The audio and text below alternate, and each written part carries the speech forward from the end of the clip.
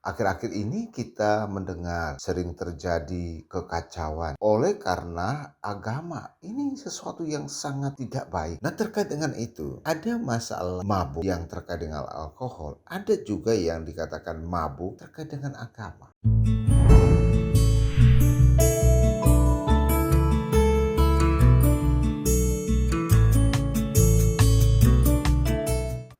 Masih dalam pengenalan akan Yesus Kristus sebagai Tuhan dan Juru Selamat.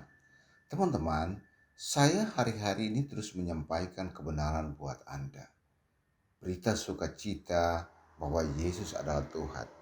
Berita kerajaan Allah telah disampaikan kepada Anda. Anda percaya atau tidak bahwa berita itu menyelamatkan Anda? Jika Anda menjadi pribadi Kristus, Anda akan menjadi seseorang yang memberitakan damai. Ini penting untuk Anda ketahui bersama. Akhir-akhir ini kita mendengar sering terjadi kekacauan oleh karena agama. Ini sesuatu yang sangat tidak baik. Ya, mungkin Anda mendengarkan bahwa ada yang melakukan kegiatan retret agama dan betul-betul dirusaki, ya, ditutup, di stop waktu mereka melakukan retret. Ya, kejadian baru-baru di Jawa Barat ini sesuatu yang sangat kurang bagus ya menurut saya. Orang yang melakukan kekerasan atas nama agama ini kurang bagus. Dan bukan cuma itu saja, ada beberapa kegiatan lainnya yang dilakukan oleh oknum-oknum tertentu atas nama agama. Sebab apa saya katakan? Karena mereka tidak mengenakan pribadi Kristus di dalam diri mereka. Ketika mereka mengenakan pribadi Kristus sebagai pribadi-pribadi yang mengangkat kebenaran yang berasal daripada Kristus, atau seperti surat Kristus yang berjalan, maka kekacauan karena agama tidak pernah akan terjadi. Tidak pernah akan terjadi. Sebab Kristus, dia mewartakan kasih, sukacita, kebenaran, dan mempunyai kuasa untuk mengalahkan kejahatan. Untuk menutup rumah ibadah, memberhentikan orang sementara beribadah, itu adalah kejahatan. Saya yakin itu adalah kejahatan. Seperti orang mabuk. Bicara tentang orang mabuk, ya, larangan untuk mabuk. Mungkin semua agama samawi, agama Kristen, Islam, Muslim juga. Ya, Kristen, Muslim, maksudnya Yahudi, bahkan agama-agama lainnya ya. Tidak menginginkan orang yang mabuk dan merusak. Orang mabuk itu sebenarnya sangat tidak baik kelakuannya ya. Bicara orang mabuk, sifat daripada orang mabuk, kita bisa baca di dalam kitab Efesus, dalam Alkitab ya. Efesus pasal 8 ayat yang, saya ulangi, Efesus pasal yang 5 ayat 18. Dan janganlah kamu mabuk oleh anggur, karena anggur menimbulkan hawa nafsu, tetapi hendaklah kamu penuh dengan roh.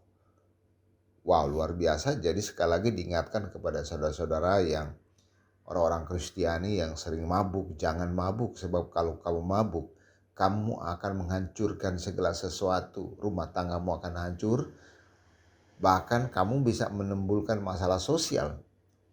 Ya, bahkan kamu bisa mengatasnamakan agama sebagai orang yang percaya, bisa menghancurkan orang lain. Ya, ada kebencian. Nah, terkait dengan itu, ada masalah mabuk yang terkait dengan alkohol, ada juga yang dikatakan mabuk ya terkait dengan agama. Ya, jadi saya kembali menyampaikan kepada Anda yang terjadi baru-baru ini terkait dengan penutupan rumah ibadah. Ya, siapapun ya, dua belah pihak saja ya katakan ya. Di mana saja ya, agama apa saja yang menutup rumah-rumah ibadah, memberhentikan orang beribadah, kemudian melarang bahkan merusak ya bahkan ada korban jiwa, itu identik atau dikatakan apa bedanya dengan mabuk alkohol? Ya, apa bedanya dengan mabuk alkohol? Kalau saya baca beberapa catatan yang terkait dengan mabuk agama, ada beberapa hal yang mungkin akan mempengaruhi ya Anda sendiri. Jadi kalau mabuk agama itu, kita gunakan istilah itu mabuk agama, istilah yang digunakan untuk menggambarkan seseorang yang sangat fanatik. Jadi sekali lagi saya mau membawa pemikiran Anda kepada seseorang yang mabuk agama, bukan mabuk alkohol. Mabuk agama adalah menggambarkan seseorang yang sangat fanatik atau ekstrim dalam menjalankan agamanya. Mereka mungkin memiliki pemahaman yang sempit dan tidak toleran terhadap perbedaan pendapat atau keyakinan agama lain. Ya, ini yang namanya mabuk agama. Nah, mungkin akan mengeluarkan paling tidak 3 output dari seseorang yang mabuk agama. Yang pertama, fanatisme. Fanatisme, seseorang yang sangat fanatik dalam menjalankan agamanya sehingga tidak mau mendengarkan pendapat atau keyakinan orang lain. Ya, itu karena mabuk agama. Kedua, ekstremisme. Seorang yang memiliki pemahaman yang ekstrim tentang agamanya sehingga dapat membenarkan tindakan kekerasan atau intoleran terhadap orang lain. Ya, Anda tahu barusan terjadi kekacauan ketika ada pelaksanaan retret dan orang-orang yang mabuk agama yang saya katakan tadi menutup, merusak. Ya, secara hukum salah, ya harus ditindak. Tidak ada kata istilahnya ya sudah buat pernyataan dan selesai, tidak. Harus dilanjutkan di dalam pengadilan, bersalah harus dihukum, tidak bersalah dilepaskan. Dua belah pihak. Dan ketiga, ketidaktoleran. Ya, ketidaktoleran. Seseorang yang tidak toleran terhadap perbedaan,